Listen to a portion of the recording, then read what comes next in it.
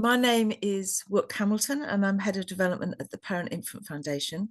So I'm really excited today to be introducing this webinar about therapeutic work with adopted toddlers and their parents. I'll just tell you a little bit about the how we're going to do this. I'll hand over in a minute and tell you who the presenters will be. So if there's any of the participants here have got questions, there will be time for questions at the end. And what I'd suggest you do is you pop any questions in the chat as we go along, and then I'll come back to at the end and we can get you to put your cameras on and ask directly. So we'll really want to have some interaction at the end, so don't be shy. As we start, if you'd like to say who you are and where you're from, that would be lovely. It's just nice to know who's present today. The session will be recorded and shared afterwards along with the slides to anyone who signed up to this webinar.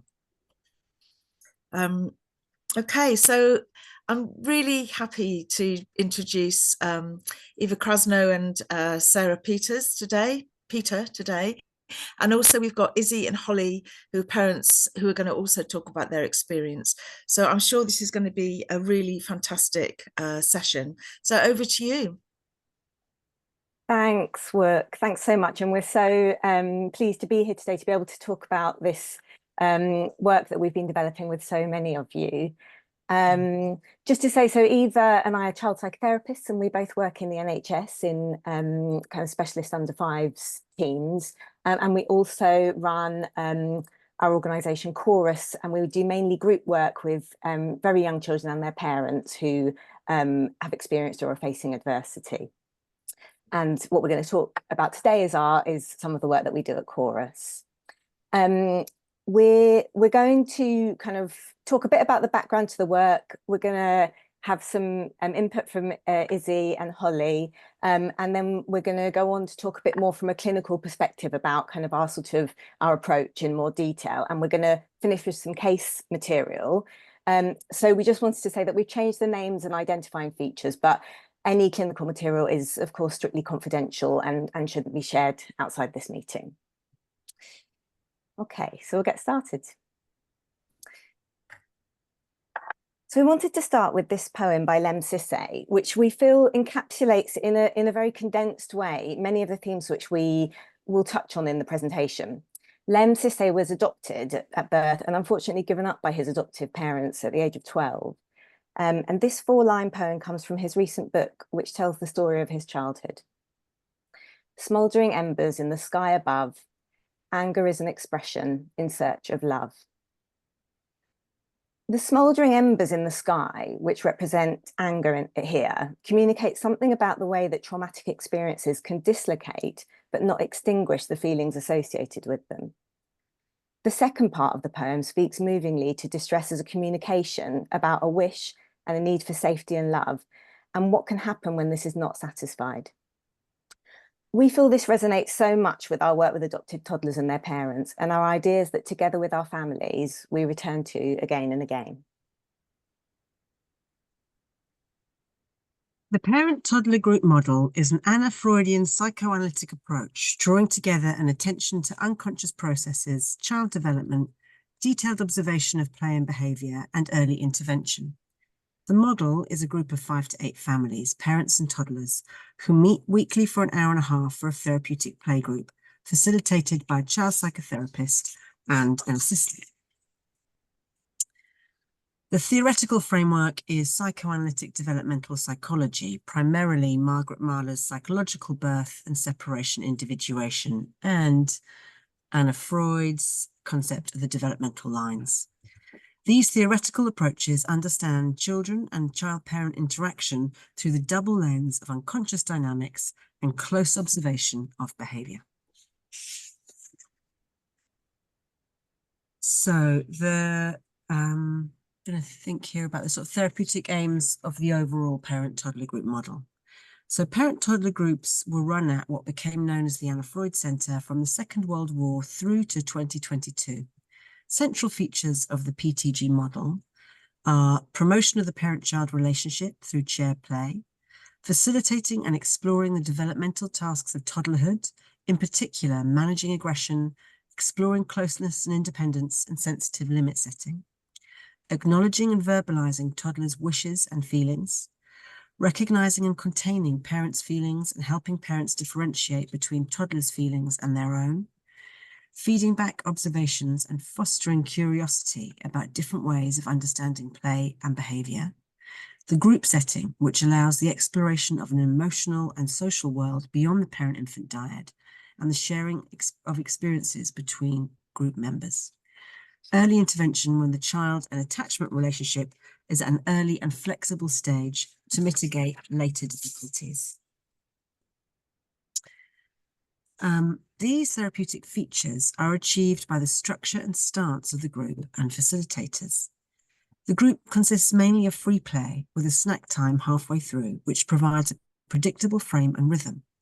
Regularity of place, day, time, staff creates a strong therapeutic frame where unstructured free play can take place and facilitators can work with whatever feelings and behaviours arise in the here and now.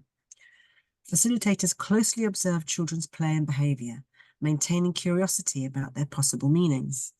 Where questions and dilemmas arise for parents, for example, about eating, sleeping, toileting, therapists try to resist pressure for immediate actions and solutions in favour of reflection and understanding.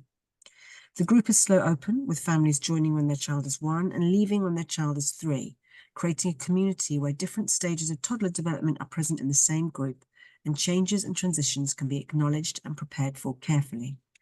And in this overall model, psychoanalytic observations are written weekly on every child, and the group therapist and assistant attend weekly supervision.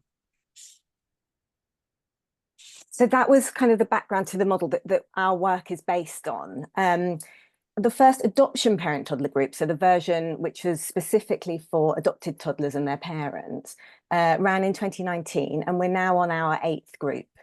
It's commissioned by Adopt London South and funded by the Adoption and Special Guardianship Support Fund, which all adoptive families and special guardians are entitled to each year.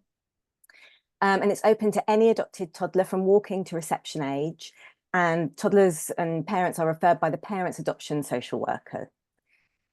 We've learned a lot in doing this group over the last 5 years, and we've made quite a lot of adaptations to the model. So initially, for funding reasons, we made it a kind of 6-month group, so 20 weekly sessions with some individual sessions, 2 individual sessions where we meet families beforehand, and also review sessions in the middle and at the end of the group. We thought we wanted to make it longer, but actually what we found is that amount of time fits very well with the amount of adoption leave that parents have. So it actually was quite suitable for this group. The staff team is larger. We now have 2 therapists and 2 assistants. And that helps us in this kind of briefer model to really kind of contain everyone. So, you know, the both individual families and also the group with that in that shorter period of time. So to give everything enough attention, really. It's also easier in a large space with lots of parents and toddlers to have facilitators who can be spread across the room. We've added to the structure. So there was always a kind of structured snack time in the middle of the free play. But we've added a bit more. We've added a group discussion at the beginning. And that's because we found that these parents who were all going through very similar things at a very similar time. So with similar age toddlers they're usually all adopted in around, you know, maximum a year, the previous year, sometimes in the previous months. We've even had some who've joined in the previous days, I think, one family. But so all these families are going through something quite similar at the same time. And so we found that parents really appreciate the opportunity for a kind of reflective discussion together. We've been calling that the jumps and bumps because we ask parents to tell us about good things, positive things that have happened each week, but also difficult things. And we'll say a bit more about that later. We've also added hello and goodbye songs and goodbye stickers at the end to help toddlers with the transitions in and out of the group, because these are toddlers who've had often had lots of sudden changes or separations in their lives. And we've also added a goodbye book at the end where we make a photo book of the toddlers and parents' experiences in the group, and give them that to take away when the group ends. And parents have told us that they and their children carry on looking at those books sometimes for years afterwards. And we now have joint supervision for the facilitation team by a child psychotherapist and also by a group analyst. And that's really because the group aspect of, we've paid, we think, even more attention to the group aspect of this intervention, as it's been so important to our parents. So we're just going to quickly show you a few pictures of, where the group actually happens, which is a children's centre in South London. This is the kind of baby corner where the group starts, and we do the welcome song and also the goodbye song. And it's quite nice that it's in the baby corner with the baby chairs, because it allows for some sort of regressive play, which our toddlers often want to do and enjoy. And we can think about the meaning of that. The rest of our toys are all there really to facilitate open-ended symbolic play. So we've got the home corner and the pushchairs of the babies. We've got our soft play area. We always have 2 bikes, and it is deliberately only 2 because we invite conflicts really oversharing, so we can work out how to manage those with toddlers and with parents. That's our snack table, where everyone comes together in the middle of the group for a snack. And then again, more kind of toys to facilitate symbolic play. So we have animals which can be put into families or not families, or families that look different to each other, trains that can be stuck together and pulled apart, bricks that can be built with and knocked down. So all the toys that are kind of there to facilitate kind of play that we can try and help us understand what's going on for the children. Very briefly, just say something about, this is for our last 2 groups, the demographics of our last 2 groups. So we've had more girls than boys in terms of the children. We've had, quite an even split of dads and mums, which is really nice in this work. We see a lot of dads. We always have some same-sex couples as well as mixed couples. So we've had 2 same-sex couples over our last couple of groups. And we tend to have also some solo parents as well as 2-parent families. And I think in the coming group that's just starting, about 50% of the group are solo parents. So that's actually quite nice, I think, for those parents to be represented like that. And we have always a very wide range of ethnicities in our children. So you can just see the diverse mix there of the backgrounds of the children that attend our groups. We evaluate our groups we've been sort of developing our evaluation schedule over the course of our groups. And this is what it looks like at the moment. So we have a questionnaire to look at child development, several questionnaires to look at parent-child relationships. We set goals with our parents, usually try to do a parent goal and a child goal at least. And we then do some qualitative interviewing as well about the experience of the group. And we use these questionnaires partly for our commissioners to feedback about the group and if it works and how it works. But it's also, we also use it clinically. So we also feed that to our parents about changes on the scales that we use. And we use the goal-based outcomes to kind of structure our reviews. And that's a very helpful tool for that.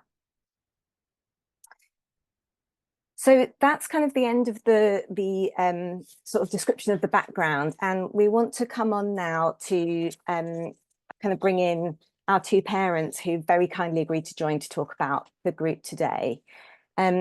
So the way we thought we'd do it is that I'm going to I've got a couple of questions that I'm going to ask Izzy and Holly and invite responses, and it'll be kind of maybe a bit of a conversation.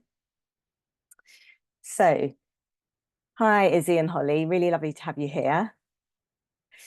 So the first question that I wanted to ask you about your experience of the group is often what we find is our parents, however much we try and prepare them for what the group is like, it's very hard for us to communicate what it's like until they're there.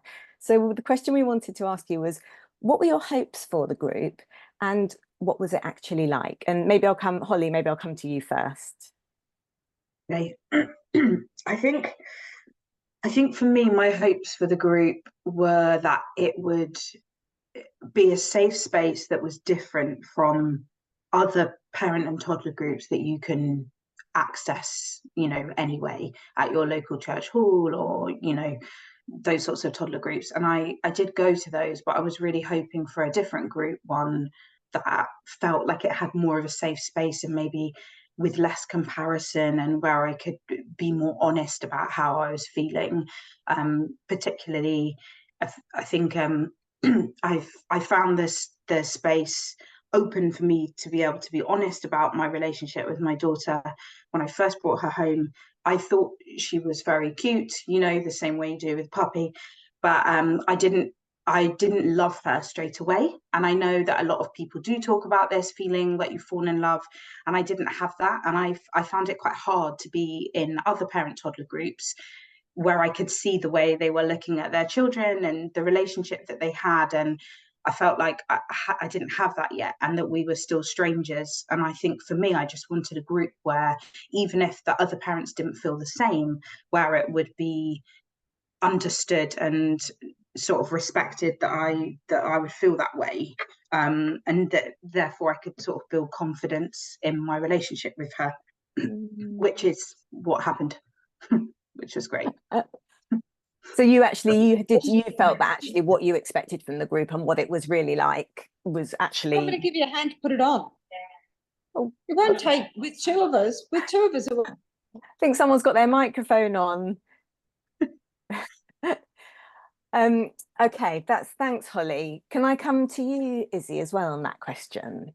Yeah, of course. I think just kind of picking up on something that Holly said about how, you know, finding a space where parents' experiences were more similar to your own, particularly in that I found that even within adoption, within my prep training and within sort of adoption groups before coming to the playgroup, there was still that rhetoric of, I knew as soon as I saw my child's profile that they were my child, and that wasn't true for me. And actually, I don't think that is true for the majority of people.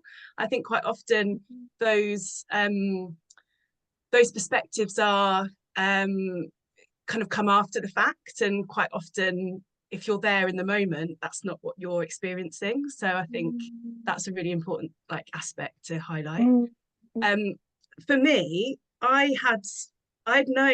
assessing social worker, our assessing social worker had mentioned the group. So back 3 years before we were able to join the group, we knew that it was a thing, and we knew that it had previous families that our assessing social worker had worked with had really, really positive experiences of it. So we had high hopes. And we've been waiting quite a long time. We had some delays within our placement process, the matching process. And then we still weren't able to join until our daughter had been with us for nearly a year, because there wasn't space for us on the group. So it was kind of a long run up to it. So our expectations were quite high, I guess. We also knew a family who'd had the same assessing social worker who'd participated in the group before us, and they'd had a really positive experience. So again, it was, we kind of had that kind of build up of expectation of everybody saying how wonderful it was. And I think the experience has been, really, really valuable. But I think as anything, when you have a really kind of long build up and high expectations, when you're actually there in the space, I was like, oh, this is a nice space, but I wasn't kind of sure that I was getting exactly what I was expecting from it. Until a bit later on, until we've been there for a while, and I kind of got into the swing of it, because I needed to settle in, to kind of work out who was in the group, kind of build some relationships with other families and other parents in the group. And then there was a point where it clicked, and I realized, oh yeah, no, this is it. This is what I wanted. Yeah. This is what I needed. So yeah. It's really helpful, I think, because you're both touching on things that actually we're going to talk about in a bit more depth later. So one of the things one of the things I just want to pick up from what you said is that idea that it's a group where kind of all the feelings are acceptable in a very explicit way, and that, like you said, Izzy, it's not only that everyone's an adoptive parent, but actually trying to sort of get underneath some of those narratives that might be around, that might be true, but also might not be true for everyone, or might be there sometimes to kind of defend against kind of difficult feelings. So that's, that's really helpful to have that kind of aspect of the group picked up. But then also what you're saying, Izzy, about kind of not quite knowing at the beginning what it's for, because it is a kind of free, it's not a group where we do specific activities or we learn specific things, we don't really have specific themes. But what we found is that a lot of the initial part of the group is about building relationships and trust, and also building up parents' own kind of confidence in themselves and in the group. and then the kind of the other bits of the intervention can sort of start to happen on top of that foundation.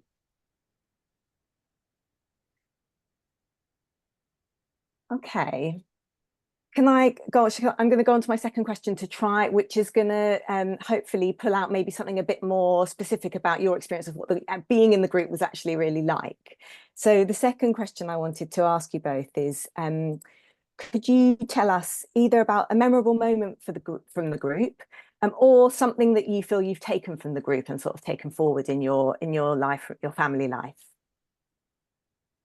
And maybe, shall I come to you first, Izzy, this time, just to swap it around? Yeah. Well, I mean, I mentioned in my previous, previously that there was a moment where something clicked for me, and I think it was around halfway through, so it was probably after about 10 sessions.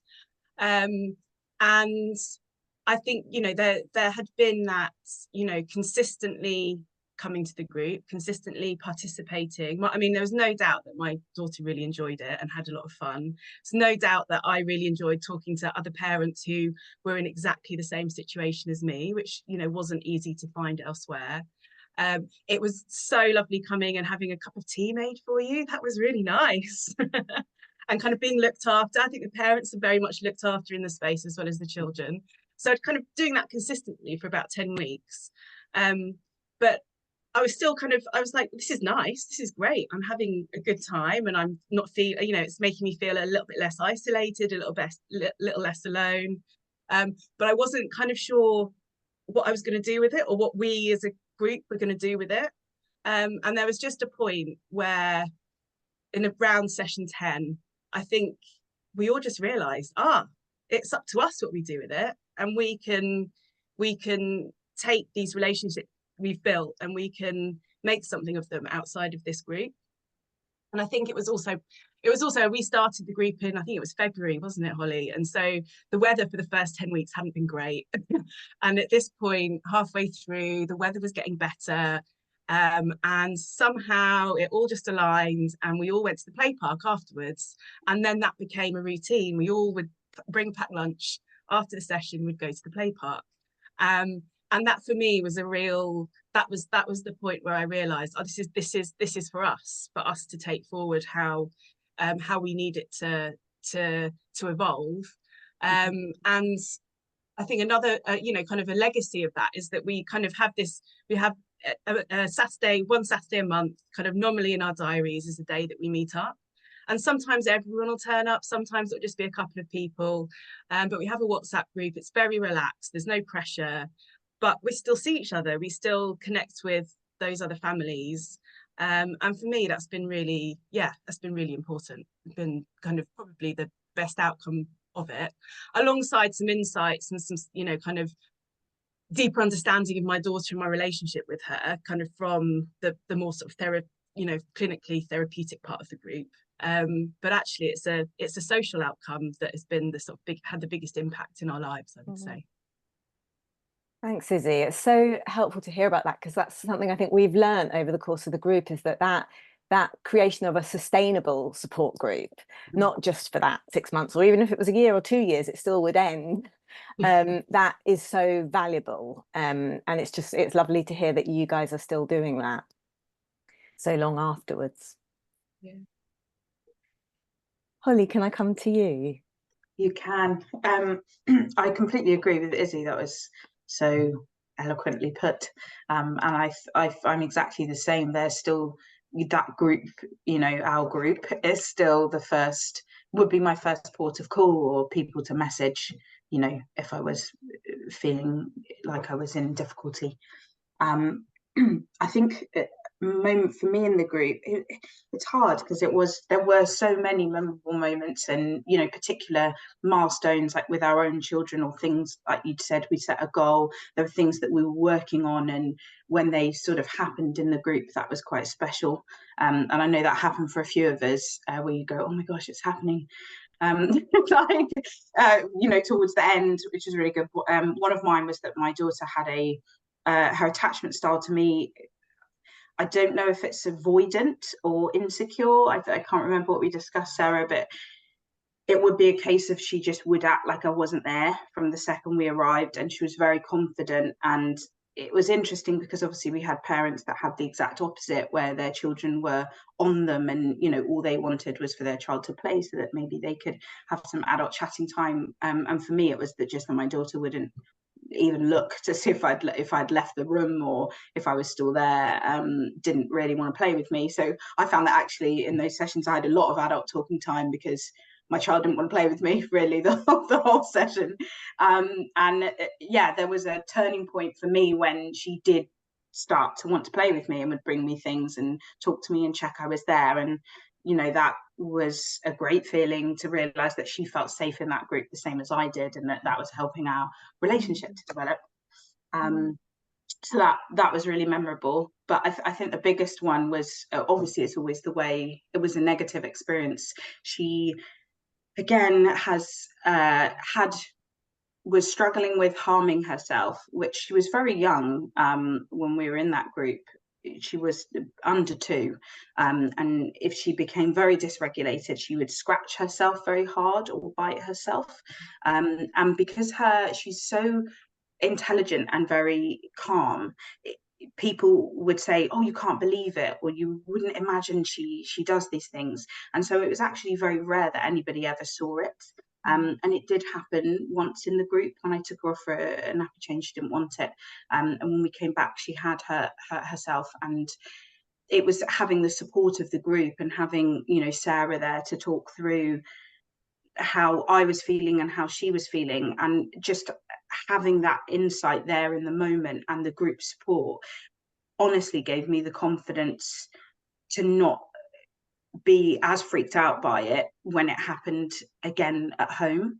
And it's something that she doesn't do anymore. I know it might come back, but she doesn't, which is incredible. But it definitely gave me the confidence to be able to cope with that on my own, you know, when my partner was at work, and know how I felt, if that makes sense. So that was, and I don't think I would have, if it was like a play group at church, I would have left. So, you know.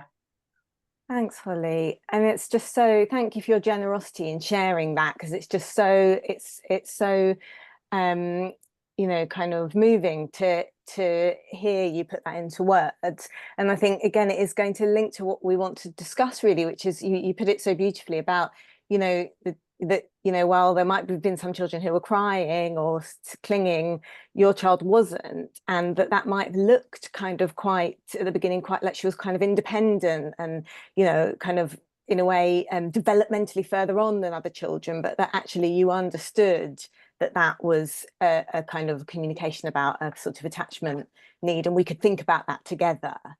And that, you know, that actually then when she starts to be able to show more difficult feelings in the group, although that's really painful and difficult, it means it's there. Well, partly it means, you know, she's using you as parents, you know, to manage difficult feelings, but also it's there to work with together, and like you say, for the group and the facilitators to support you with. So it's just yeah, thank you for that example. It really, I think it really encapsulates something about what we understand about how the group works. I would just like, I think that the confidence building was a huge part for me as well, and I think for everyone, don't you reckon, Holly? I think, you know, you could see everyone's confidence building, you know, and it's being that safe space that is with people with a shared experience that you can't get in the community. So I remember taking my daughter to rhyme times at the library, and she wouldn't sit still, she wouldn't focus, she wasn't comfortable in the space. And like you, Holly, I was looking at all these other parents had these children who were sitting and they were singing and they were connecting, and I was like, what am I meant to do here? This isn't what it's meant to be. And then coming to the playgroup meant that it was all right for that to be the case. And I remember probably the first quarter of the sessions, my daughter would just like run around at the beginning. She might kind of pay a bit of attention when we were singing a song because she likes singing, but like she wouldn't necessarily come and sit in the group when we were talking at the very start. But that changed kind of as we went along. And I think being in that space where that was allowed, and I was, you know, that was completely embraced and there was no judgment, and I didn't feel like anybody was kind of you know, there was, you know, didn't feel there's any judgment in the room. There was no, it was completely open, and children and parents were welcome to be themselves. I think that was really important. And then when you, in the presentation, Sarah, you mentioned about only having 2 bikes because you wanted to invite conflict. And I think that was something I really struggled when you go, when all of a sudden you know, you're, for the first time, you're in a play park and you're a parent and your child is not a newborn baby. People assume that you've had 2-3 years worth of parenting experience, and you don't. Like literally days, like, you know, I'm days into this and my child is in some sort of conflict with another child. How do I deal with that? Like I just did not know how to deal with that. So I think, yeah, something from the group, I remember quite early on we had quite a lot of discussion around conflict between children and between parents and how we can manage that. And I think that made my play park experiences much more enjoyable, because I realized that actually it's fine. The children will work it out. Yeah, exactly that. I didn't know that. It's a safe space as well, isn't it, to realize how your child, because that's something as well, exactly like you said, you know, you've maybe days and you're in there going, I don't know how to handle this, but you also don't know what your child's going to do, because actually don't know them that well. Yeah. But you're like, I have no idea how this is going to end. And exactly that, I suppose allowing the conflicts to happen means that we get to see, you know, what our child might do actually in that situation, which is also really helpful. Yeah, definitely. Yeah. Eva, did you want to add anything just at this point? I just want to say thank you to Izzy and Holly, because I'm really enjoying hearing your descriptions of a group which is so familiar to me as a facilitator, you know, of not your group but other groups. And yeah, I think there's no better way to convey what it feels like in the room as a family. So yeah, thank you. Gorgeous. Well, was there any, just before we kind of move on, because to be honest, I'd love to keep talking about this and keep asking you more and more questions, but I'm also aware we've got kind of material we need to get through. But before we do that, is there anything else you wanted to add, guys, before we move on to the sort of clinical section?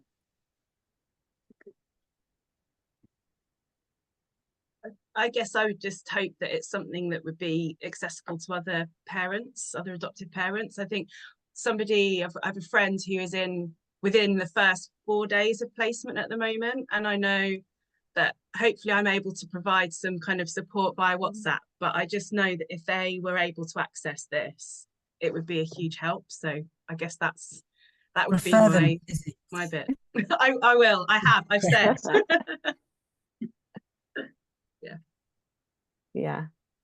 Yeah, and we are hoping to do more groups in different bits of London as well, and you know, expand it out geographically. So yeah, I agree. You know, we hope that Adopt London South have been saying for a while, you know, they feel this would be something helpful for all adoptive toddlers, you know. So that's kind of our aim, really. Yeah. Holly, did you want to say anything? Don't worry if not, I just want to make sure I give you the chance. No, not at all. I just saw a question pop up that said, how did we manage the adult discussions with the toddlers in the room? I thought it's a really good question. Yeah, do you want to say anything? Do you want to speak to that, Holly? I think it was a case of once eventually, and it would happen, that all the children would be playing in the other bit of the room, and we would sort of be in that adult corner talking through highs and lows. And I think by that point they were usually distracted by the wonderful assistants. I don't know, is that what you called them? Yeah. So they were really brilliant at playing with the children, and they grew to love them. They loved playing with the girls that we had in the room, and that was great. So that allowed us to, you know, be able to sit and talk without them sort of being aware that they were being spoken about in front of them, which is obviously never quite the right thing to do. And as Izzy said, we felt really looked after, so that'd be lovely. You know, we'd have kind of a cup of tea made and we could sit and talk, and the the children would be playing with the two helpers, and that was really brilliant. That gave us, you know, a few moments peace to have that chat. And we can say a little bit more about that as well in the questions maybe, but it is a tension actually, you know, because the parents want to talk, and there are some things that we want to bring into the conversation with the children as well in front of them, and there are some things obviously that we want to protect children from, and that changes. So but what we feel is we have our assistants helping, but we also feel we want to keep that dynamic there, because we also feel it's important because it reflects something about life with a toddler. And about what you have to manage when you know, in daily life, that, you know, you've got your needs and they've got their needs, and there has to be a balance, and sometimes it's not in balance. And so we feel that that's also a helpful aspect of the group, even though it can be uncomfortable sometimes. And It's also interesting, I think, Izzy, maybe you spoke to this earlier, that often in those group conversations, when the children do come back and join, and often I think that I mean, we could look at this more closely maybe, but that accelerates as the group progresses and the group function sort of tightens. Actually, the children will come back more for often those conversations around life story or contact and stuff. The kids are there. And then actually the whole group can start to sort of listen to what the child is telling us in a way when they join the circle again. I'm getting carried away, I'll be quiet.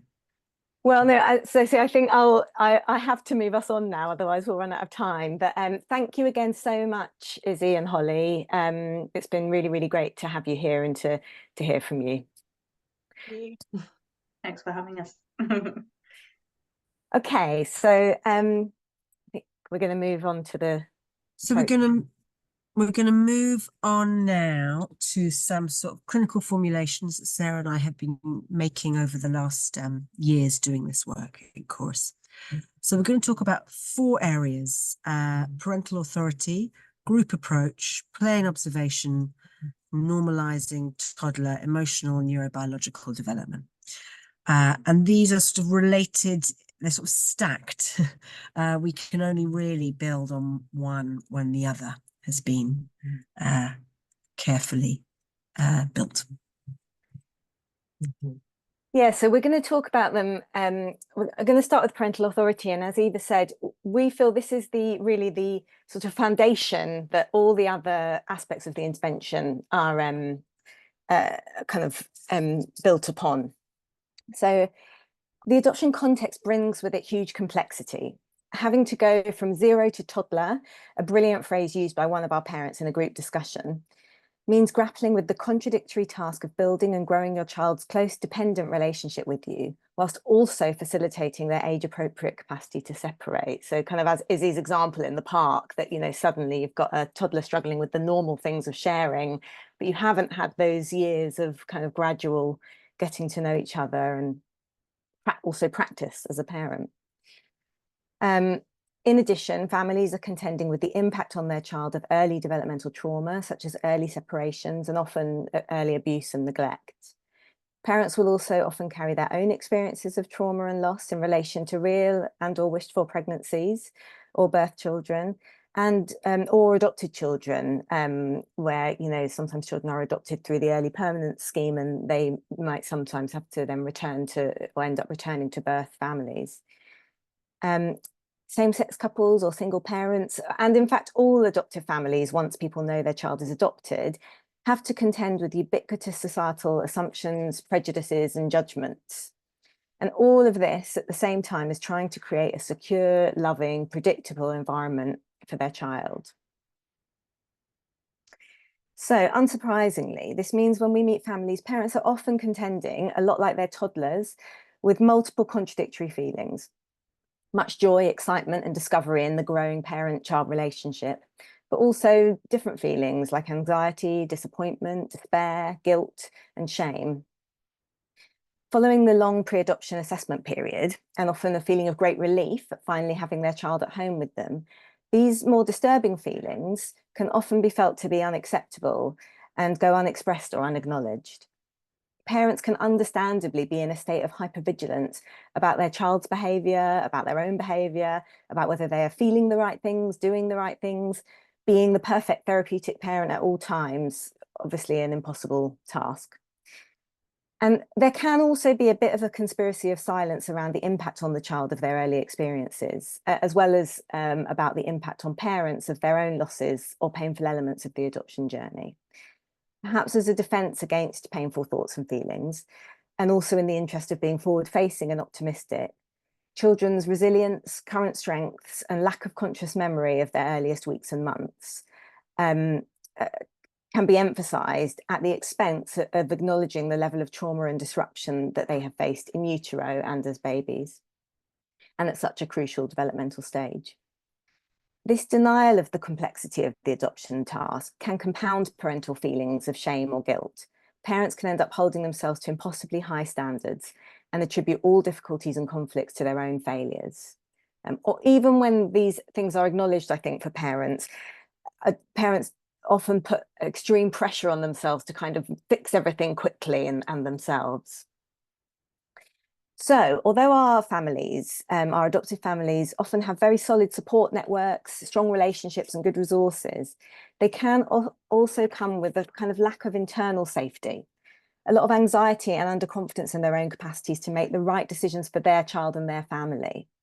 And this is a capacity which in our work with adoptive families, we've begun to refer to as parental authority. So we mean that in terms of not kind of being kind of strict and authoritarian, but a kind of sense of authority, confidence in self-efficacy in the self as a parent. And we view the development of a good enough sense of parental authority as a basic need in the parent-child relationship. It's something which both derives from and creates a sense of safety and containment for both parent and for child, and which needs to be met before any other meaningful therapeutic work can be done. So as you can see, all the other bits of our intervention, as Eva said, are kind of dependent on this very important basic need being met. So doing this involves creating a very robust atmosphere of safety and trust in the group and really privileging the therapeutic relationship with parents from the outset. Sometimes, particularly at the early stages, we think of ourselves as a sort of NCT group for adoptive families, providing a kind of grandparental interest, excitement and preoccupation with the new baby, which, like Izzy said, families don't always receive in the usual places that they might be seen with a newborn, like the park or the school gates. We see ourselves and the other group members as taking on an almost activist role as a supporter around the family, as part of a community of people who are understanding, witnessing and validating the development of this unique family constellation at this crucial life stage. In therapeutic terms, our approach can be understood as an attitude of unconditional positive regard, in which we prioritise support and acceptance of each parent's and child's individual experience, enabling them to see the group as somewhere they can really be themselves and where the full range of feelings about being a parent are welcome. And this is something we really try to communicate quite explicitly, that our setting is one where the whole range of feelings really is welcome. And I think, as I think both Holly and Izzy said, this is one of the ways in which parents really start to experience how the group differs from an ordinary play group. So, you know, as I said, we start the group by asking about both the jumps and the bumps, to communicate that we really want to hear about the kind of brilliant, exciting things, which there are often, you know, always lots of, but that we do also really want to hear about the terrible times, you know, the awful feelings and the moments of desperation as well. And parents have been through a long assessment period before this with social workers. So that's another thing, is that we need to differentiate ourselves clearly from that, you know, we're not here to assess parents, we're here to really hear about what's going on for children and parents. And by inviting in this whole range of feelings, we're then able to contain and eventually reduce feelings, you know, these difficult feelings of shame, inadequacy, guilt. And as these feelings reduce, parents' sense of their own self-efficacy, their parental authority, tends to grow. And, you know, similarly, like in a traditional play group, we absolutely will support parents with advice and guidance where needed. But our primary aim is actually to build up their confidence in their knowledge and understanding of their child and of themselves, so that they can feel more secure in deciding, making decisions about what's right for their child at any given time. And of course, that changes as the child changes and as the parent changes. So this applies, I hope people can see this image because we feel it's important. If your Zoom window is over it like mine is, maybe move it. This applies particularly to negative interactions or very intense emotions such as tantrums, conflict over limit setting, or struggles over eating, sleeping, or toileting, which are common. Snack time is useful for this, as it reproduces in the group some very common daily parent-toddler conflicts, which means we can really join parents and children in their struggles in the here and now. Our aim in these moments is first to be alongside the parent, to reassure them that they don't have to immediately stop or improve the behaviour, that we can just be with the child and create space to understand what might be going on. This can feel very counterintuitive at first. And of course, one of the factors that produces the impulse to stop the tantrum is kind of shame and worry about what others will think or about being a good parent. So this provision of a setting in which families are going through similar struggles and are encouraged to voice this is really helpful here. What we want to build up parents' confidence in is not their capacity to immediately stop a conflict or get their child to accept a boundary, but in the robustness of their relationship with their child and its capacity for repair following the inevitable ruptures. As in parent-infant psychotherapy, the patient here is the relationship, with a particular focus on building up the parent's confidence in their own capacity to withstand and repair the inevitable misattunements that happen with all parents and toddlers, but perhaps with more intensity when you've gone from 0 to toddler. And it's just important to say here, and I think, you know, Holly gave some really nice kind of live examples of this, that there are usually some children who present in the group as very kind of good in inverted commas. So for example, they might cry very little or sleep very, very well for long periods or play independently for very long stretches. These children superficially can appear content or independent, but in fact, these behaviours represent a brittle pseudo-independence stemming from a lack of confidence that adults will be available or able to meet their needs. This defence prevents the child from showing or even feeling a range of emotions and learning how to use their parents effectively for comfort.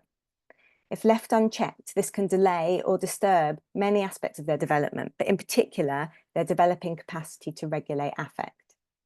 As group sessions progress, this early compliant behaviour often gives way to painful but actually healthy expressions of the child's attachment needs, such as clinginess, separation anxiety, and sleep disturbances, as well as usually a bit more oppositionality. When this happens, parents can worry that their child isn't happy anymore or secure or good, and feel that they're doing something wrong. Reassuring parents that these kind of more negative toddler behaviours actually indicate some expectation from the child that their parent can be relied upon to accept and help with all their feelings, even the horrible, angry, messy ones, can be really powerful. It not only bolsters parental confidence, but it can also make it slightly easier for parents to stay with rather than try to eliminate behaviours, and therefore develop a deeper understanding of and connection with their child. This is an example of why it's so important and it works so well to offer this support at this particular time. Being alongside families at this early stage means that we can reassure parents that breakdowns in their child's previously good behaviour is not a sign of anyone's failure, not a sign of their failure, but the opposite, a sign of their child's developmental progress, getting back on track towards what would be a more expectable toddler development at this stage, and in this way further bolster their parental authority. So the next sort of aspect of the therapeutic intervention I'm going to talk about is the group aspect. And in a way that goes hand in hand with the parental authority, because it's, you know, it's that kind of group setting also that we feel creates that sense of safety and trust for our parents and our children. There are many useful parallels between the life and shape of the group and families' early adoption journey, and also between our role as facilitators to the group and parents' ways of being with their toddlers. Drawing attention to these parallel processes is an effective way to authentically engage with the whole range of emotional experiences of the children and parents in the group. In our attitude to the group, we aim to model acceptance of all parents' communications and also model confidence that conflicts and challenges can take place and be survived and repaired, strengthening our alliance with families rather than damaging it. A profound example of this took place in one group in which a parent left a session early due to her child being pushed more than once by another child and expressed upset and anger with us, feeling that we were not adequately protecting her child. Continuing to talk about this incident with the whole group and facilitate conversations between both involved parents, as well as meeting the parent outside the group to explore and understand the strong feelings evoked by this incident. Enable parent and child to return to the group, tentatively at first, but then with a renewed sense of trust in the team and the families around her. Although each group is different, there tends to be a common rhythm in which children and parents are very good at the beginning, with toddlers going off and playing without protest during the reflective discussion, and surprisingly little conflict between them. Parents adhere to the routine, stopping talking when discussion time is over and joining the snack time on time. As sessions progress, we tend to see changes with more inter-toddler conflict and also parents asserting their own needs more, stretching out the discussion time despite facilitators' attempts to end it. We feel there's a helpful parallel here with the honeymoon period soon after the child is first placed with their parents, in which they often sleep and eat well, don't cry much, and generally seem easy and compliant. Not always, but sometimes. As the weeks and months pass, these behaviours often change dramatically, with children showing all sorts of challenging and hard to manage behaviours, like extreme clinginess, refusing food or overeating, and disturbed sleep. Drawing a parallel between children's and parents' increased sense of trust and security in the group and their capacity to show a broader range of feelings and behaviours helps families reframe their child's capacity to break down with them as an important part of their development of a secure attachment relationship. Interestingly, parents in our groups often say that they look back at pictures of their child during the early time that they were with them, and say that they can now see that he or she was terrified or very anxious, something that they couldn't see it before at the time.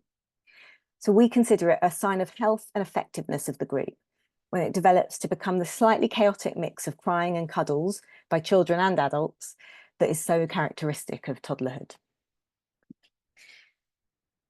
Last thing about kind of this sort of show don't tell aspect of the group, due to the multiple and competing pressures on parents, in addition to the usual strains of the transition to parenthood, there is often a lot of pressure from families for us to offer concrete advice and solutions about things like sleep routines and toilet training. The temptation from us is to give very concrete, specific advice at this point. But in the early stages of the group, we try to resist this. This is partly to bolster parental authority, and partly because early on we do not have the adequate levels of epistemic trust for our advice to be really helpful. But it's also another opportunity to model to the group slowing down and resisting instantly solving or eliminating problems or worries in exactly the same way that we encourage parents to do for their children. We talk aloud about the challenges of this, particularly when we encounter them in ourselves. For example, interrupting ourselves or another facilitator if we've gone into, and letting them know if they've gone into action mode. The maxim show don't tell is a really helpful one here. Just as we want parents to focus more on their tone, manner, facial expressions and body language over words when interacting and co-regulating their toddler, the same goes for us as facilitators. In our experience, our ways of being with our families, rather than what we tell them, are the most powerful agents of connection and change.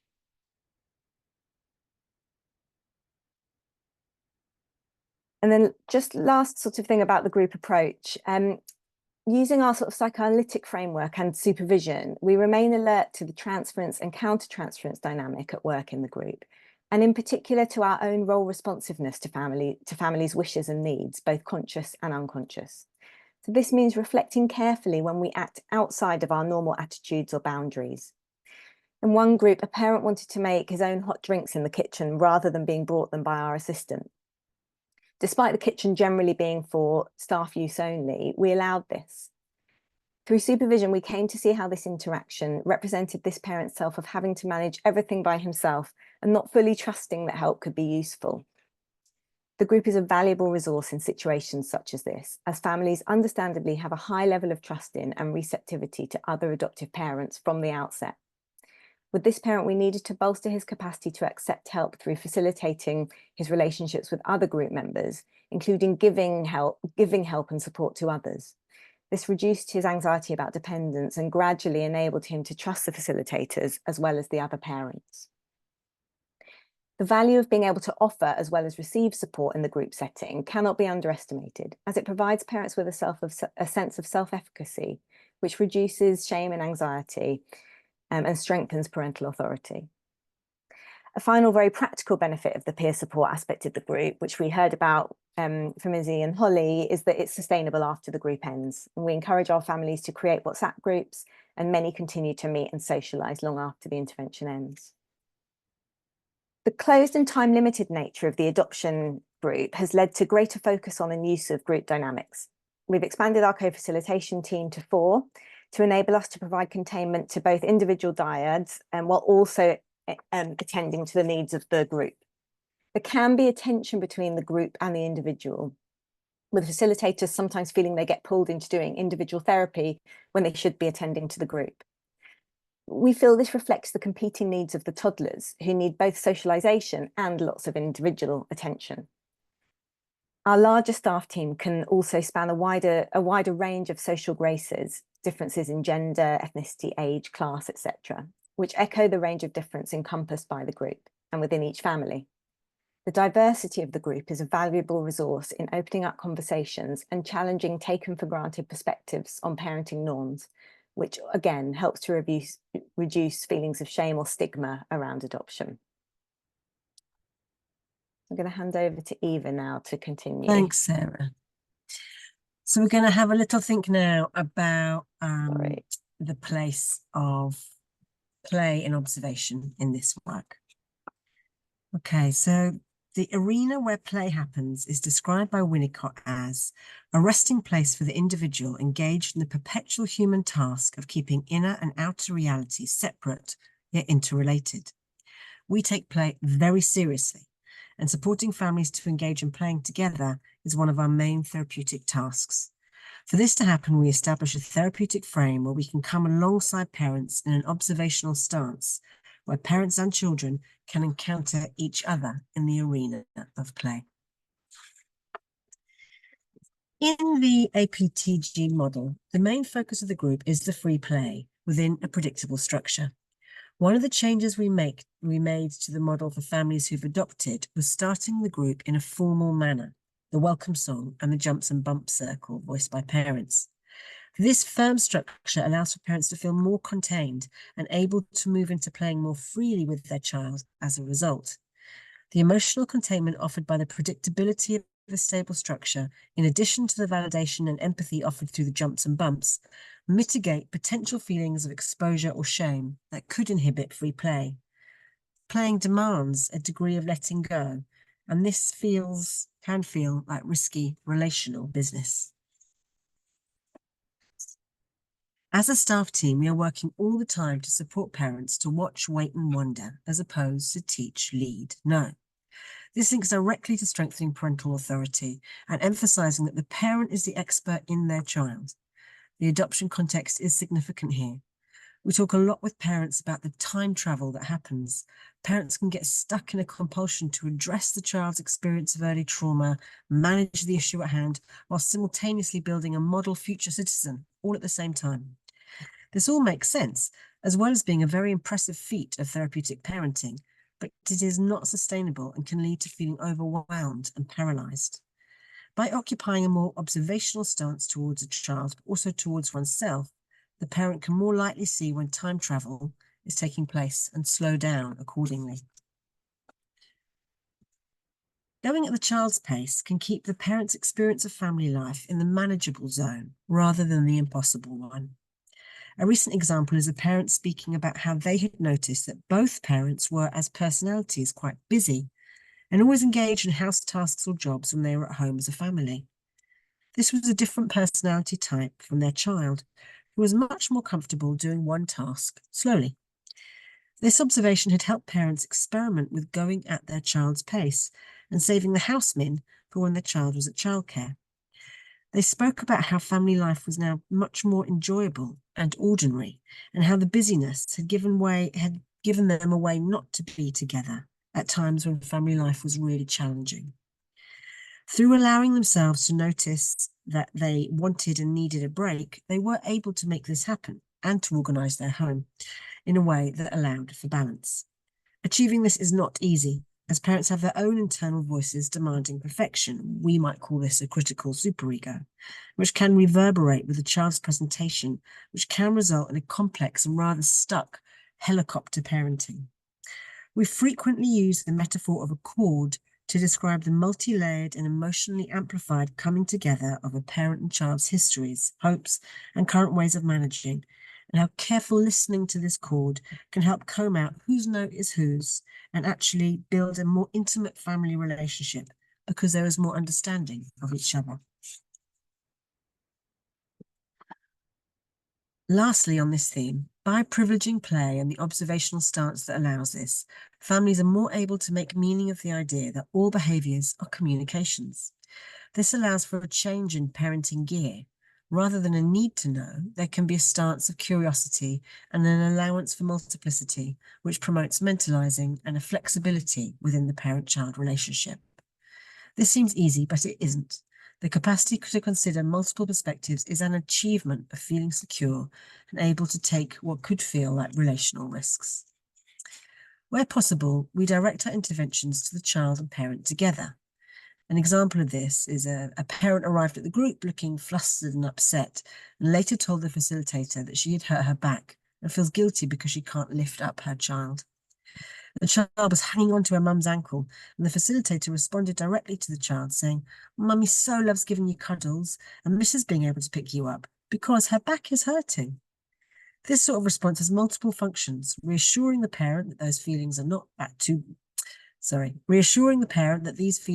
too bad or dangerous to talk about openly, showing both the parent and child that there are thoughts and feelings behind behaviour, mentalising, and highlighting the connection and love between the parent and child, normalising good enough rather than perfect parenting.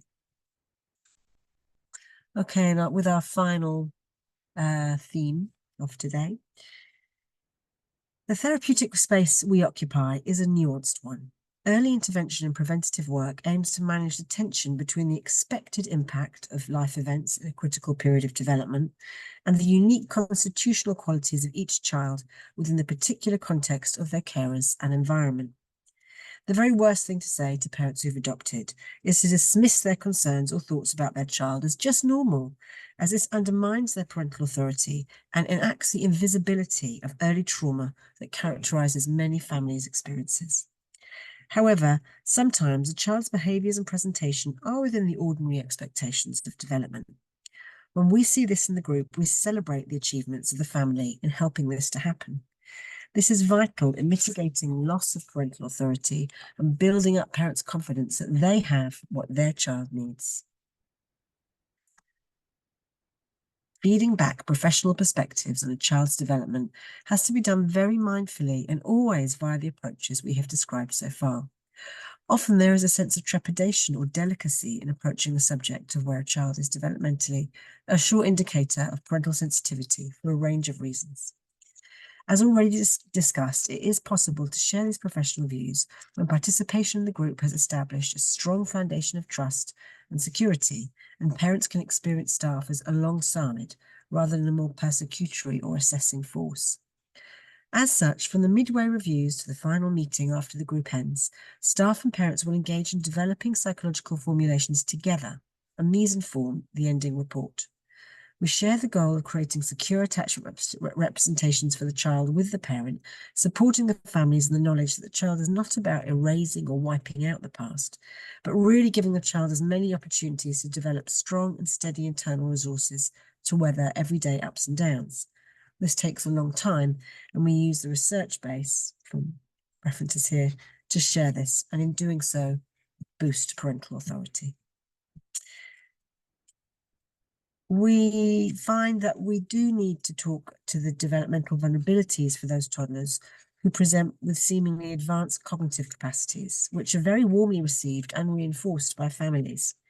We often see toddlers who are meeting or even surpassing their cognitive milestones, for example, being very verbal, naming numbers, letters, or colours. The pull to enjoy the strengths of these achievements is strong, at the cost of missing the lack of solid emotional foundations caused by early trauma. Graham Music talks to this in a recent paper, 2023, in which he describes adults and children who use their sparkling minds and cognitive abilities to look after themselves in the absence of internalized empathetic parental object. The use of the mind as an attachment figure can be very rewarding and even life-saving for some, but at the same time leaves the individual struggling to connect authentically to others and to face emotional realities, and often leading to some kind of breakdown. We see this in microcosm in our toddlers, in the discrepancy between cognitive prowess and emotional regulation capacities. Often the most advanced children are the ones who also have the most frequent and extreme meltdowns or aggressive tantrums when they encounter something beyond their control or expectation. Other common presentations are the toddler, we're going to think about this in a minute, the toddlers who are very good, playing independently for long periods and not appearing to mind if the parent leaves the room. So Holly, I'm looking at you across this room here. Or the toddler who is immediately affectionate to adults they have only just met. This is often experienced as the child being independent or sociable, and how this reflects well on the parents. However, in these cases, we worry that precocious independence or indiscriminate affection could be a sign of a prevailing insecure attachment style, which prevents a child from being able to use the specific carers in an age-appropriate way. We will address this in the group by noticing with the parents when this happens and putting words to the child's experience, like, oh, saying goodbye can feel wobbly. Daddy is the best person for wobbles. Okay.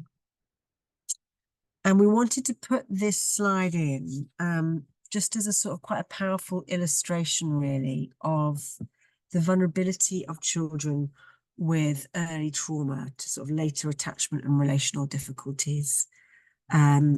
As you can see, this image depicts what the child sees to quite, child is seeing quite a threatening, looming face above them, when actually the face behind it is quite neutral and benign. And there's a large research base now about this sort of perception bias. So what we're always trying to do is to bring it back to, can we take the position of the child in the context of their particular experience? Okay. All right. Bringing a direct focus to a child's full range of development is essential for families where the impact of trauma on the child has been minimized. As Sarah discussed earlier, facing early trauma and its impact is disruptive and painful, and for these reasons, it's often minimized in the professional network by friends, family, and sometimes by parents themselves, who understandably struggle to stay in touch with with intense, distressing emotions for sustained periods. You know you are in this territory when statements appear like, they were too little to know what was happening, and if they can't remember, then that's better. We find we were able to support these parents to gradually make empathetic contact with their child's early experiences as the group progresses, and when they feel that we have really got to know their child in their full range of needs and abilities. We also try and reflect this in our closing reports, which provide a detailed snapshot of each child's development over the course of the group in the context of their past and present experiences, and how their unique strengths and challenges may present in different contexts, such as at home or at nursery or reception. Okay, we're going to talk now. So Sarah and I really enjoy this cartoon, so we hope you do too. We're going to talk now about a case example, just to say we have changed the details of this, but of course, please observe confidentiality between us here. And it's important to say that this happened probably about 2/3 of the way through the group, so that quite a solid foundation had been built of sort of epistemic trust. Okay. So let's move on, Sarah. Oh, sorry. Okay, so a lot of the themes we've discussed can be illustrated with an example of a 27-month-old girl who we will call Lara, who attended our group with her mum, who we will call Julia. Lara was exposed to domestic violence in her perinatal period and was removed from her birth mother's care due to neglect.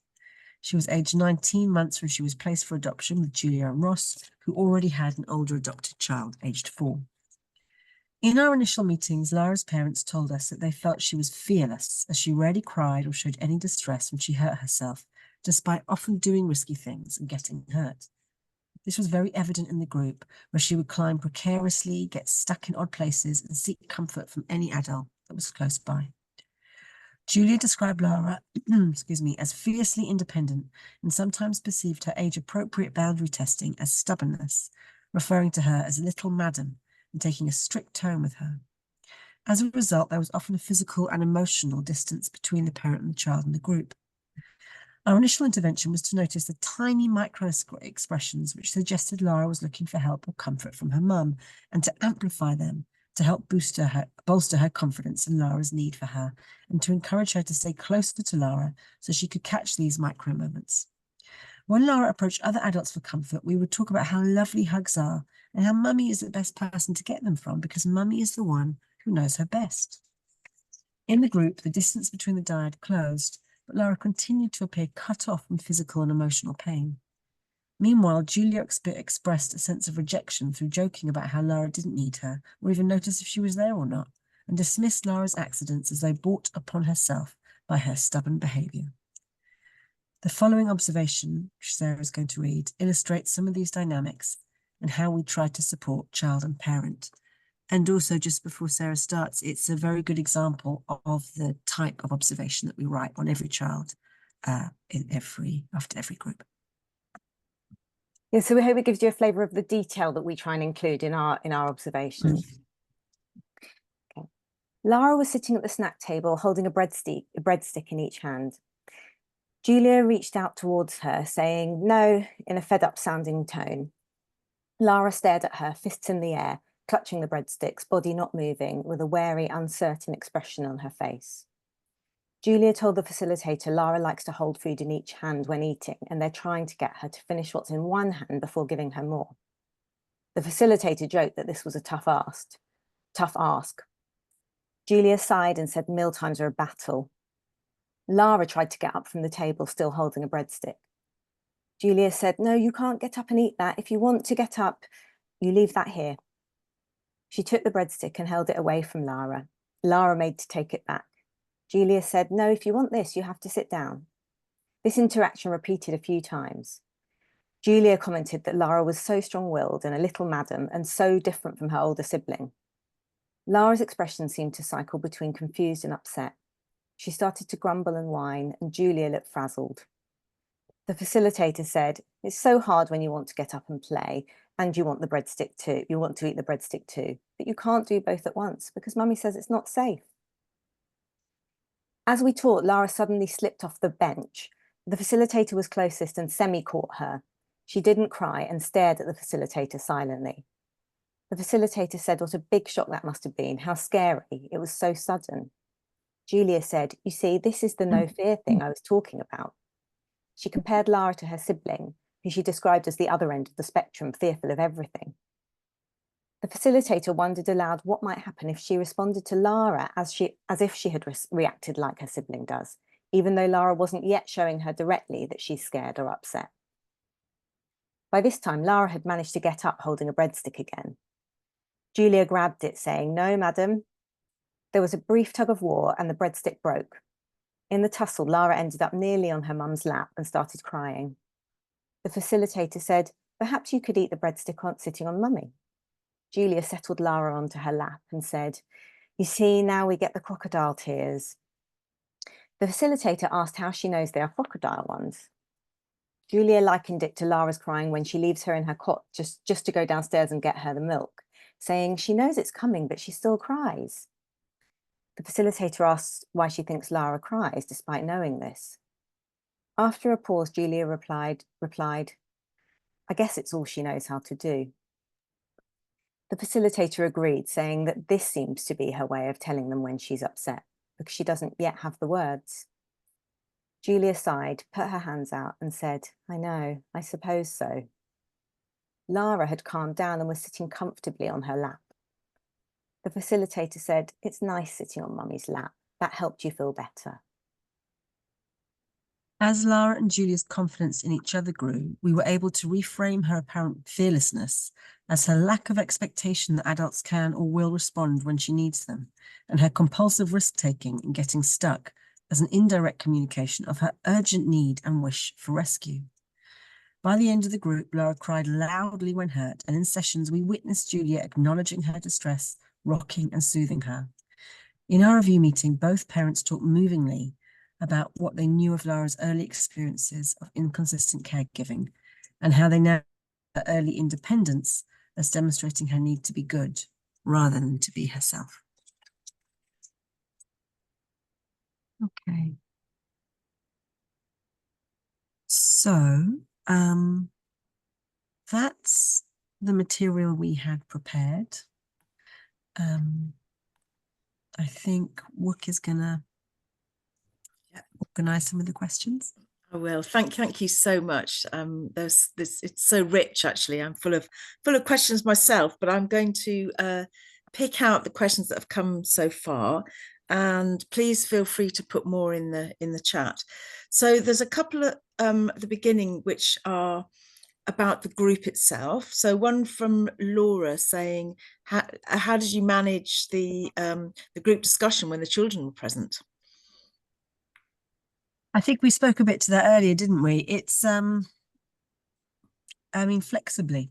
We have a large staff group, so the children are sort of invited to come and go as they need.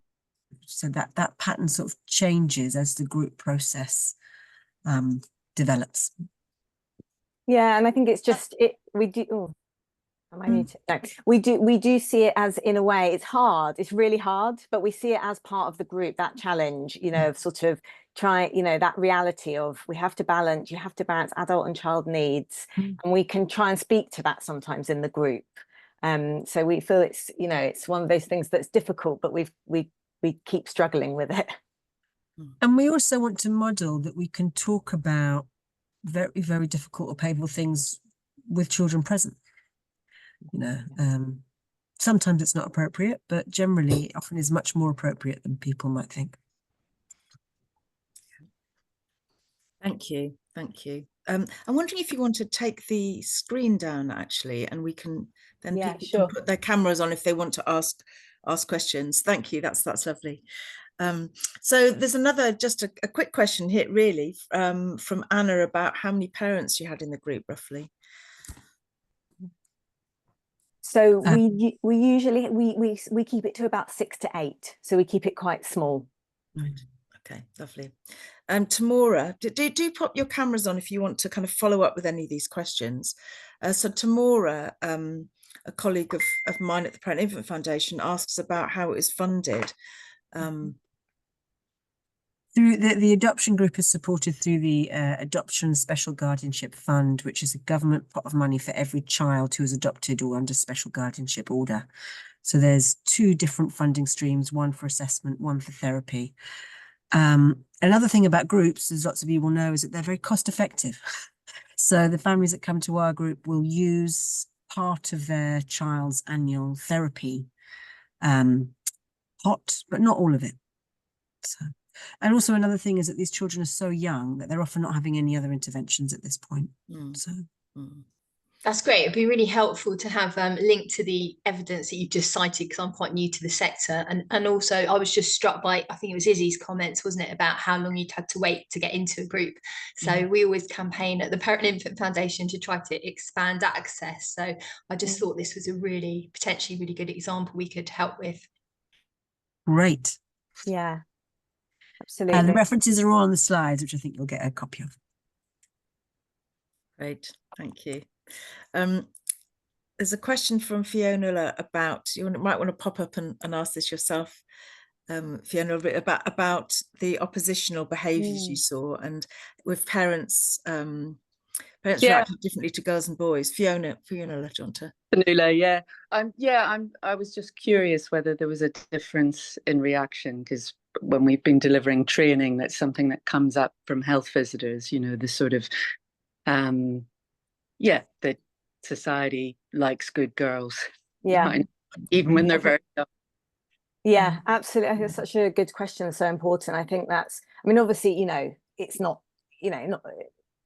every child is different, and we've had some acting out girls and some quiet good boys, but I think there is generally it tends to be the boys that are more hyperactive and sort of externalizing in their behaviors, and that tends to be treated with more concern by everyone than the girls that are or boys that are kind of quiet and internalizing.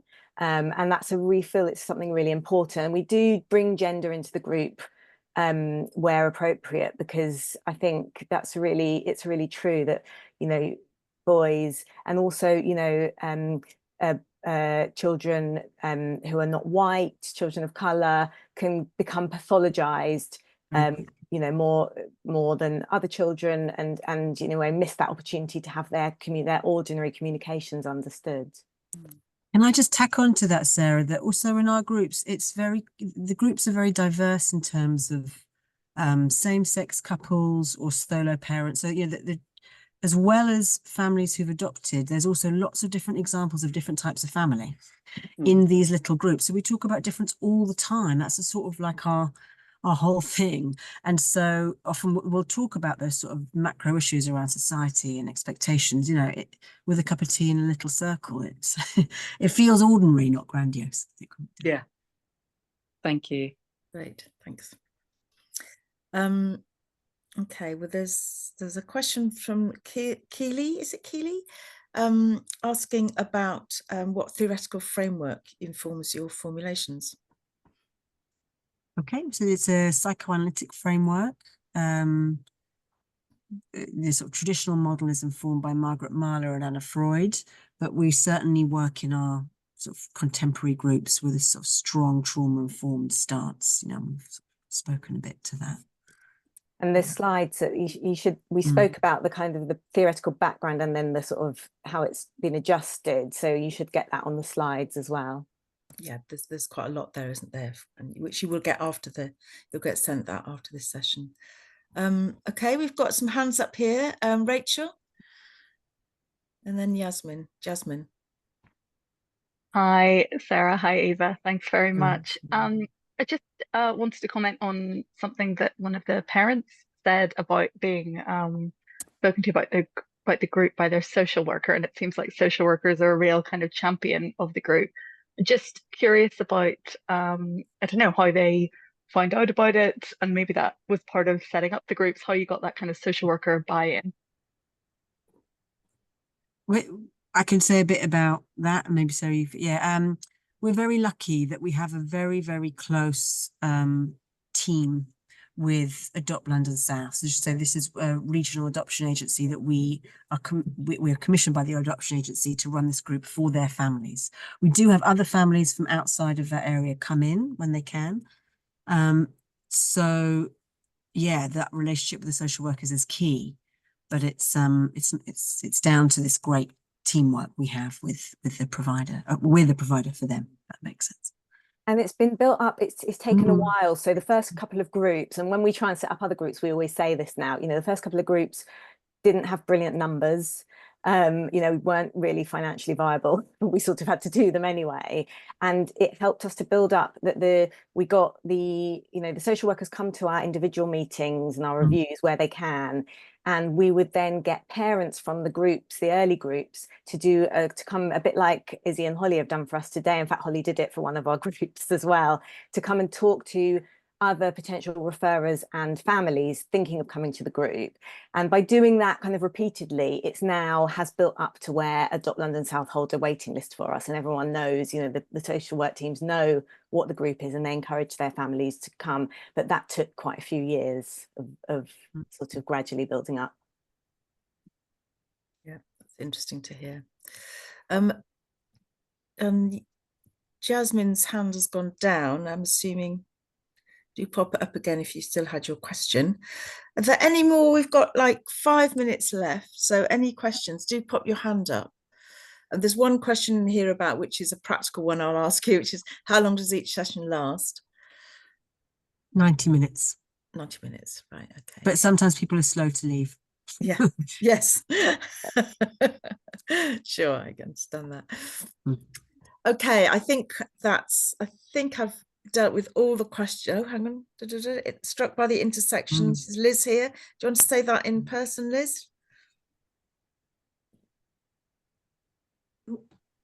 I can. Oh gosh, I keep going off and on. I can do. I'm aware of the timing, and it's a big question, but it was just one that I wanted to kind of put out there. That you know, that kind of developmental transition of therapeutic work and adoption being quite influenced by DDP and PACE and those sorts of models, and how much or not does that get brought into the early years work?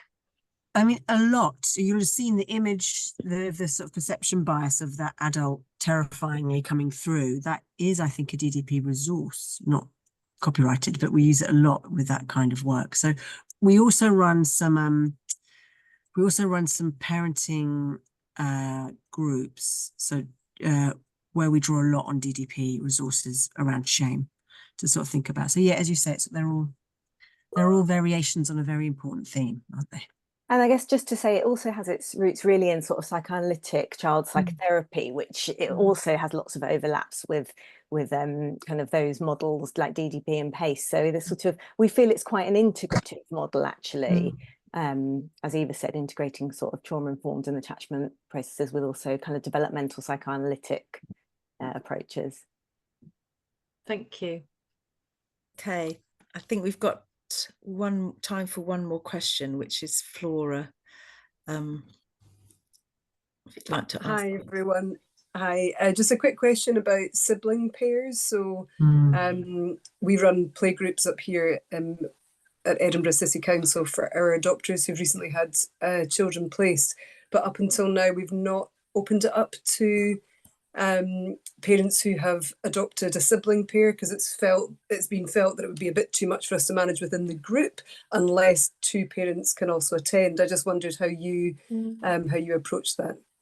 Can I just say, Flora, please will you email us, because we are really trying to talk to people in Scotland. So please, our email address is on the slides. Please email us.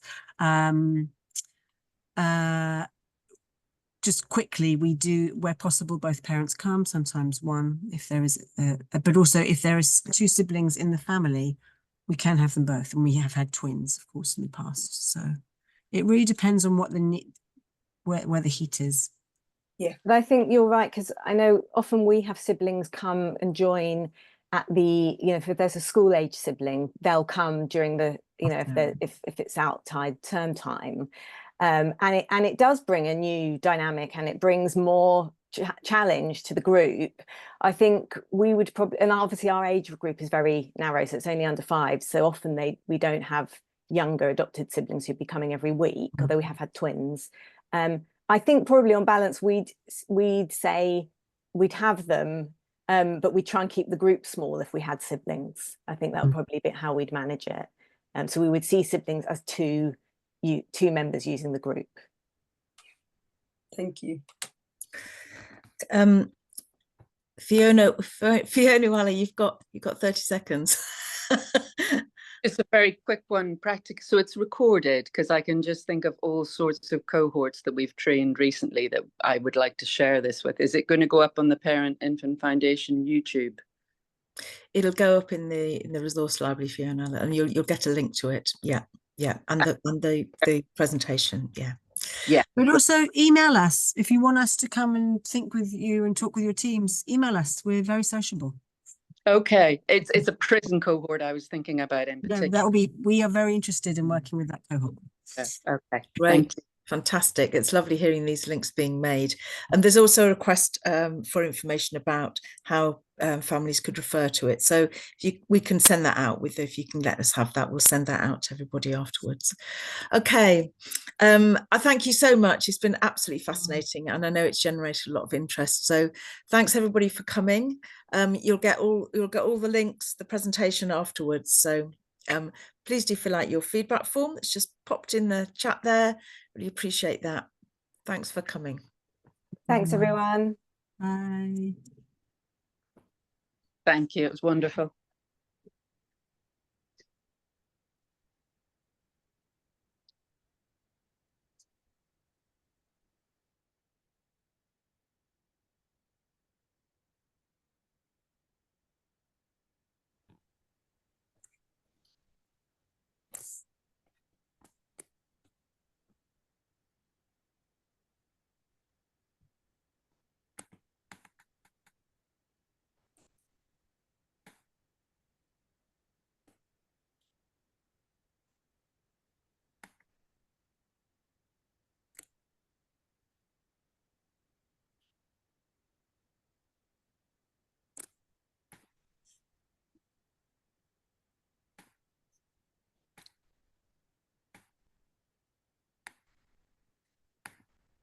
I'm popping people in the waiting room.